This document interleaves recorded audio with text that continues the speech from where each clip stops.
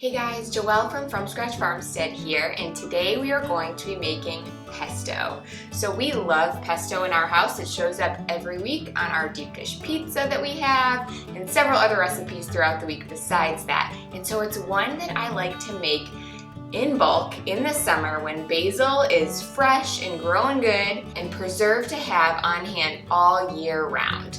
I've found that buying pesto at the grocery store is not only super expensive, but also usually has pretty junky ingredients like bad seed oils and things like that. And so I like to avoid that as much as possible. And it's really super simple to make yourself and then freeze and preserve to have on hand all year round.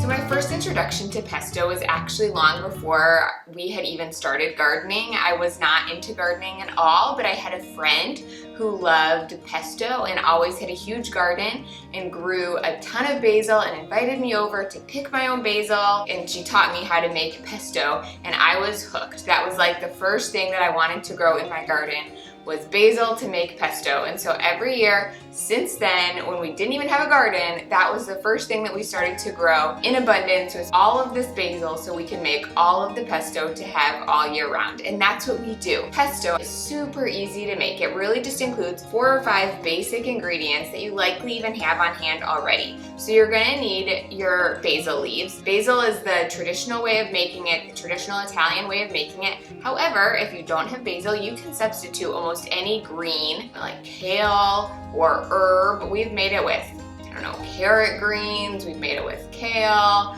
we've made it with all sorts of like cilantro and different herbs that you can add in combination with your basil or even by itself. It's gonna give it a little bit of a different taste, but it's still delicious. So you need your green, traditionally basil, and then you're gonna need some sort of garlic. So this is also super flexible. Today we're gonna be using garlic scapes because that's just what I happen to have on hand. You can also use garlic cloves or even just granulated like powdered garlic. And then you're gonna need your nuts. And so pine nuts are the traditional nuts used to make pesto, but I actually prefer to use either almonds or walnuts instead. I find that they're easier to find, that they're cheaper. So we're gonna be using almonds today. And then you're gonna need olive oil. So you want a high quality extra virgin olive oil and then salt. And so that is it. And so first we're gonna need to de-stem our basil because as you can see here, we just picked it and it is fresh. So we're gonna de-stem our basil and then we're gonna put our basil in our blender along with our nuts, our garlic, and our salt. And so you wanna add those ingredients and get them chopped up really finely first before adding your olive oil. I find that if you add these ingredients first and chop them up finely, it works so much better than if you add the olive oil right away. Something about the texture and getting it all together just doesn't work great. And I should add that traditionally, pesto is also usually made with a Parmesan cheese or some sort of Romano cheese. I've always omitted it in our recipe. I think probably because the first couple times I didn't have it or whatever. I've just never included it and we just have come to really like it this way. But traditionally it would include a Parmesan cheese as well. So this is a nice dairy-free recipe. Okay, so you're gonna throw your basil, your almonds, your garlic, and your salt. And I'll include the exact recipe in the link below so you can get the printable recipe card with all the exact amounts. But you're gonna wanna put, your basil, your garlic, your almonds, and your salt in your blender. And then you're gonna chop them up till they're fine. Especially you wanna make sure the nuts and the basil is chopped up pretty finely. And once that's the case, then you're gonna pour in your olive oil and you're gonna blend it up until it's a nice, smooth, creamy texture.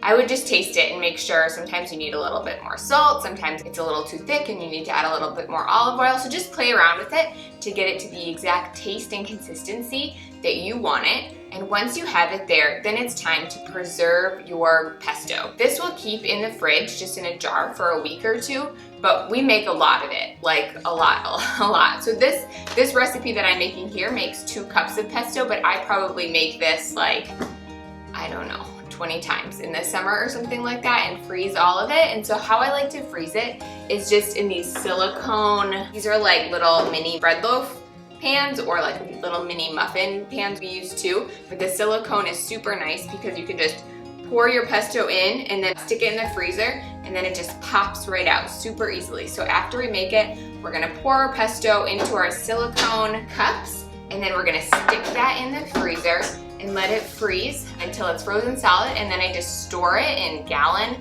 Ziploc bags. It freezes really, really nicely. So when you wanna use it, you just pop one of those out of the freezer, stick it in a container overnight, and at morning you will have thawed, beautiful pesto like you had just made it that day, and it's ready to go to use on your pizza, on your sandwiches, on your pasta, whatever you like to use it on. All right, you guys, so that's it. That's how you make homemade pesto. That's how you preserve it to have it on hand for the year. And I promise you, this goes so, so well on a homemade pizza. And so our sourdough deep dish pizza, I'm telling you, it's the best. And so get some pesto, put it on this deep dish pizza, and I'll link over to that recipe next.